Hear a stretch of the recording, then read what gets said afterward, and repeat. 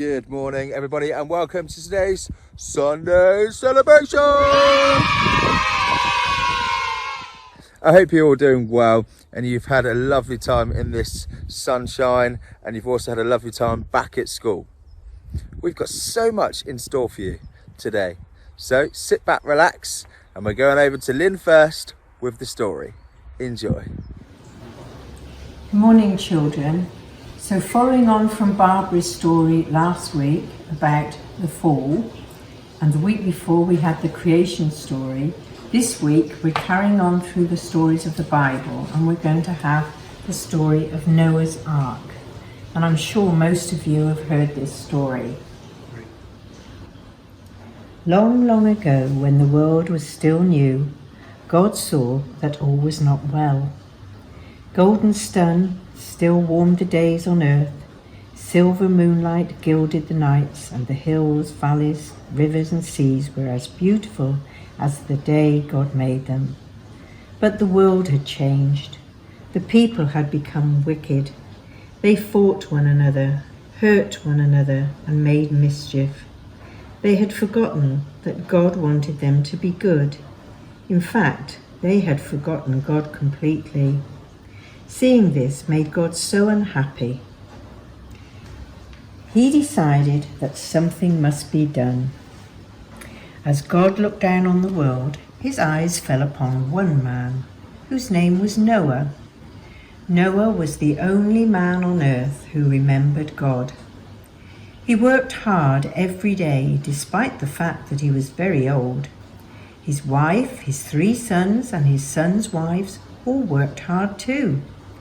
They were happy, kind to each other, and good to their neighbours, even though they received no kindness in return. They lived a good life, the sort of life God had hoped all people would live when he created them. God was pleased with Noah and his family. He decided that they deserved to live on the earth, and he would protect them. But everyone else had been wicked, and they could not be saved. God told Noah about his plan to change the world. The world is full of wickedness, God said, so I am going to send a great flood to wash it clean. Nearly everyone and everything will be wiped away, apart from you and your family, Noah. The world will begin again as fresh and good as when it was first created, and you and your family will live there. Noah was very frightened. What must I do? He asked, trembling. You should build an ark, said God. It must be big enough to hold 2 of every animal in the world, 1 male and 1 female, and food for all of them. It must be strong and watertight, because it will be battered by the flood waters for many days. I will do exactly as you said Noah. Noah was glad that he and his family would be saved from the flood, but he was sad about what would happen to the world and all the other people, and worried about what God had told him to do. How can I build such an ark? I'm not a shipbuilder, he thought, and how can I collect so many animals? God expects so much of me, and I'm afraid I will fail. But God wouldn't let Noah fail. He was there beside Noah every step of the way, helping him and telling him what to do. Noah and his sons worked hard, chopping, sawing, sanding and hammering, and gradually the ark took shape. While Noah worked, God spoke to him. It will rain for 40 days and 40 nights, and the land will be covered with water. But you, Noah, will be safe in the ark. As Noah and his sons worked, their neighbours watched from a distance. What are you doing, Noah? They asked, laughing at him. Why do you need a boat when the sea is miles away? Noah heard them laughing, but he took no notice. After many weeks, the ark was finished. It was taller, longer, and stronger than any boat there had ever been. It was slick, smooth, and shiny on the outside, with strong shutters at the windows and heavy locks on the door. The perfect boat for stormy weather. Inside there were many rooms, some wide enough for the largest pair of elephants to walk side by side, others high enough for the tallest giraffes to stand in without bending their necks.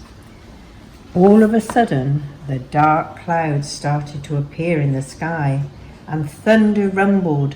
The people who had been laughing at Noah saw that the weather was changing and started to head for home. "Perhaps Noah isn't such a fool after all," said one. "There's a storm coming for sure, and he'll be safe and dry inside the ark."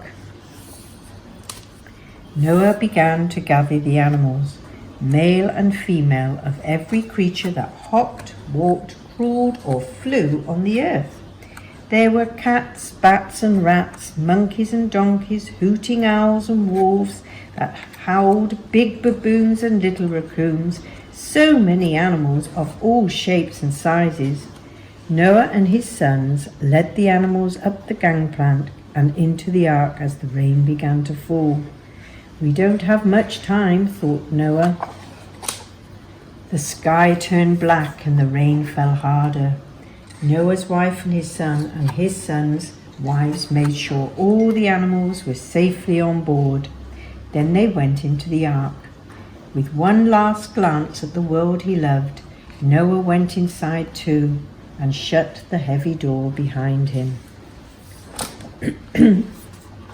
Outside the ark, rain fell everywhere. Not a soft drizzle, but soaked to the skin, drenched to the bone rain. Raindrops became puddles, and puddles flowed into streams, oozed into lakes, and poured into wild rivers. Then all the rivers joined together and became an angry ocean. The once dry land was overwhelmed, and hills and homes were gone forever. Noah and the animals watched through the window, safe and dry inside the ark. For 40 days and 40 nights it rained. The ark was pulled and pushed up and down, to and fro on the rainwater ocean. Inside, the animals were frightened, and Noah did his best to calm them. He trusted God and knew that all would be well in the end. At long last, the rain stopped, just as God said it would, and the ark lay still on the water. Then strong winds began to blow. Little by little, the water level dropped, and the tips of the mountains appeared. The ark came to rest on one of them, a mountain called Ararat. It seemed that the ark's journey was over. Noah watched from a window as land continued to appear. Then he sent a raven out into the world to see what it would find. An hour later it came back, tired and worn, and Noah knew there was nowhere for it to land. A week later, Noah sent out a dove. After some hours, it returned with an olive twig in its beak, and Noah knew it had found at least one tree with branches above the water. It meant that earth was drying out. Not long to wait now, he thought. After one more week, Noah sent out the dove again. This time, the bird did not return, and Noah knew it had found a dry place to land. "Now it is safe to leave the ark," he said to his family. Noah flung open the doors and the animals filed out of the ark. They raced away in all directions, glad to stretch their legs and run free. The birds flew off to find twigs to build nests, and the deer trotted off to search for fresh green grass to eat. The giraffes walked and the lions ran, the monkeys scampered and the kangaroos hopped. Soon they would all find new homes and raise their families on new dry land. After all the animals had left the ark, Noah and his family left too. Noah wanted to thank God, so he built an altar of stones and bowed his head to pray. "You saved me from the flood and brought me to dry land again," said Noah. "I will always be thankful." God heard Noah's prayer and was pleased. "Now is the time for a new beginning on earth," he said. "I bless you and your family, and I wish you well. You must have lots of children so the world will be filled with people again. All earth's riches are yours, the animals and plants, the land and the sea. They belong to you, and you must take care of them. Thank you, God, said Noah. One more thing, God continued. I promise that I will never send another flood to destroy the world. Look up and you will see a sign. Noah looked up at the sky. The grey storm clouds drifted away, and a bright ray of sunlight shone for the first time since before the flood. As Noah watched, God made a brilliant rainbow appear, which stretched from one end of the earth to the other. Then God spoke again. Whenever you see a rainbow in the sky, you will remember this day and my promise to you. Now, Noah, go and begin your new life. Full of joy and thankfulness, God walked down the mountain to join his family and the new beautiful world. Now, when we see a rainbow in the sky, we remember God's promise to Noah. It's also a promise from God to us and our beautiful world. That was brilliant. I'm sure you know that story. If you don't, wasn't it amazing? I absolutely love it. And isn't it amazing as well that now whenever we see a rainbow, we can be reminded of that God loves us and God is never going to flood the world again. And that's just one of many promises in the Bible. And we've talked about them over the last few months, about how God is always there for us. God is our friend and he loves us. Up next, we have a song.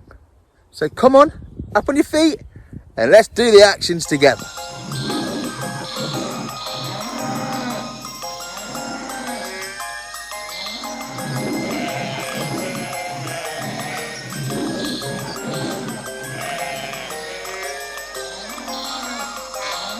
The animals went in 2 by 2, hurrah, hurrah. The animals went in 2 by 2, hurrah, hurrah. The animals went in 2 by 2, the elephant and the kangaroo, and they all went into the ark for to get out of the rain. The animals went in 3 by 3, hurrah, hurrah. The animals went in 3 by 3, hurrah, hurrah. The animals went in 3 by 3, the wasp, the ant and the bumblebee, and they all went into the ark for to get out of the rain. The animals went in 4 by 4, hurrah, hurrah. The animals went in 4 by 4, hurrah, hurrah. The animals went in 4 by 4, the great hippopotamus stuck in the door, and they all went into the ark for to get out of the rain. The animals went in 5 by 5, hurrah, hurrah. The animals went in 5 by 5, hurrah, hurrah. The animals went in 5 by hugging each other they kept alive, and they all went into the ark for to get out of the rain. The animals went in 6 by 6, hurrah, hurrah. The animals went in 6 by 6, hurrah, hurrah. The animals went in 6 by 6, they turned out the monkey because of his tricks, and they all went into the ark for to get out of the rain. The animals went in 7 by 7, hurrah, hurrah. The animals went in 7 by 7, hurrah, hurrah. The animals went in 7 by 7, the little pig thought he was going to heaven, and they all went into the ark for to get out of the rain. The animals went in 8 by 8, hurrah, hurrah. The animals went in 8 by 8, hurrah, hurrah. The animals went in 8 by 8, the tortoise thought he was going to be late, and they all went into the ark for to get out of the rain. The animals went in 9 by 9, hurrah, hurrah. The animals went in 9 by 9, hurrah, hurrah. The animals went in 9 by 9, marching up in a long straight line, and they all went into the ark for to get out of the rain. The animals went in 10 by 10, hurrah, hurrah. The animals went in 10 by 10, hurrah, hurrah. The animals went in 10 by 10, the last one in was a little red hen, and they all went into the ark for to get out of the rain. And they all went into the ark for to get out of the rain. All right, that was great fun. Up next, Lynn is going to do her craft. Thanks, Lynn. Right, children, now this is the craft. I've done 2 crafts today, and both the templates are all on the St. Luke's website, so you'll be able to get them. The other thing I've done is spot the difference, which I don't think anybody will be able to do. It's all right if you can print it off in colour, but if you can't print it off in colour, I don't think anybody will be able to do it. So the first one we're going to do is a dove. And it's quite simple. I've done the template, and all you need to do is cut the template out, and then I'll show you how we put it all together. All you need is Pritt Stick, some scissors, and I don't think you even need crayons for this one, unless you don't print it out in colour. If you print it out in black and white, you just need to colour in the beak and the olive branch. So there's 2 sizes of wings, and the small wing goes on the back. I've already put a little hole in mine ready so that we can put some ribbon on. So just put some glue on.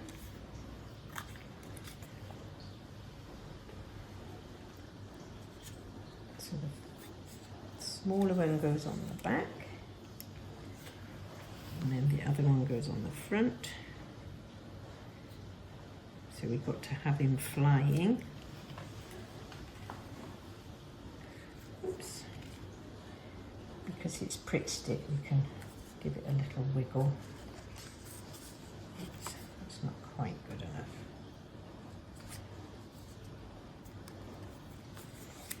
And then his beak.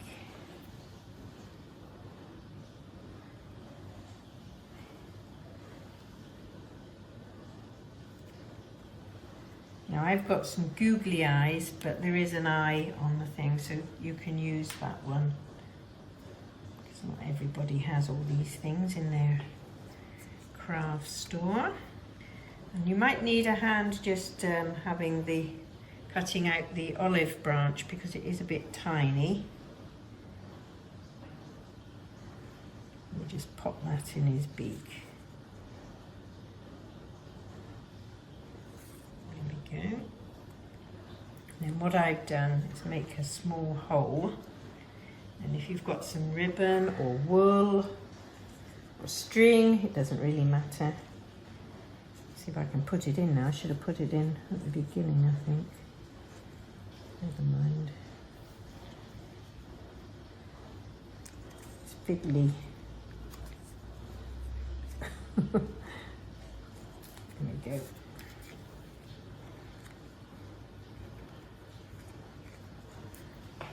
There we go, and there's our dove.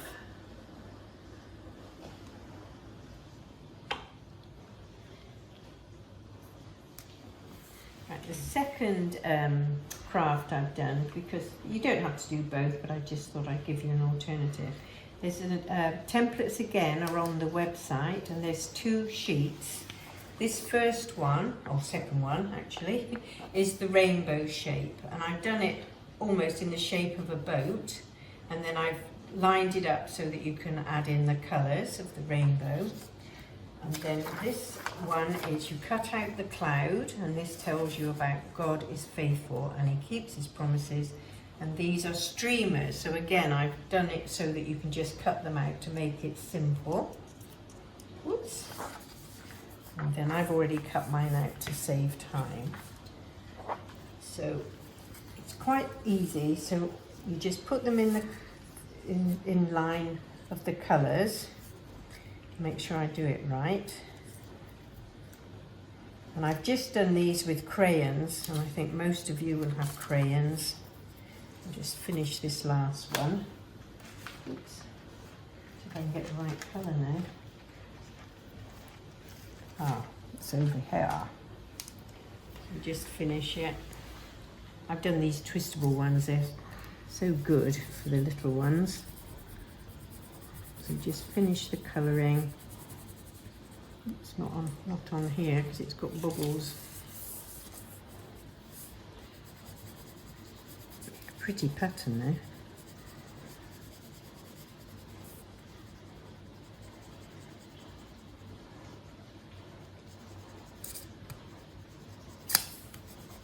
My rainbow at the top is really bright because I had a little pad and it already had a rainbow shape on. So I guess that's cheating a bit.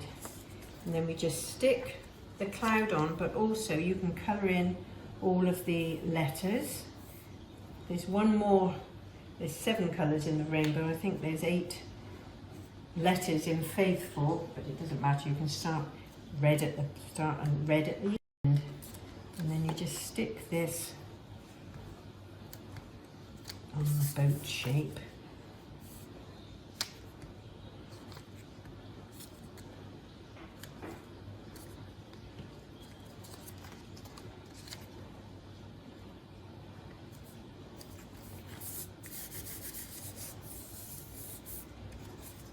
And then these go on the bottom, so you try and make them into a shape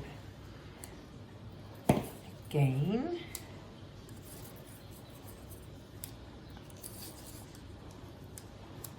Somehow I've got to glue these onto here, so we glue these onto the back of here, which might be a bit more difficult than I thought.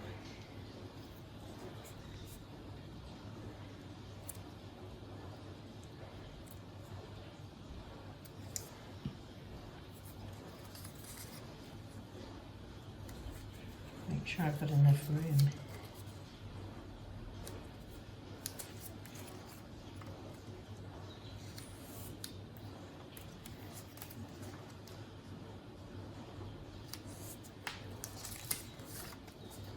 Run out. I used to have a boss who always said forward planning, which means make sure you can do it right the first time.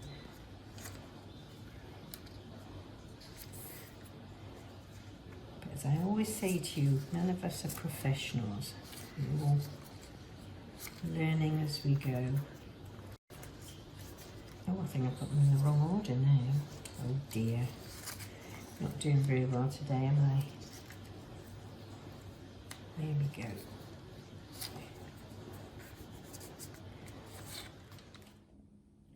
Right, so there we are. We've got them all in the right order now and stuck on. I've just put this across just to cover up all my glue because I put a lot of glue on.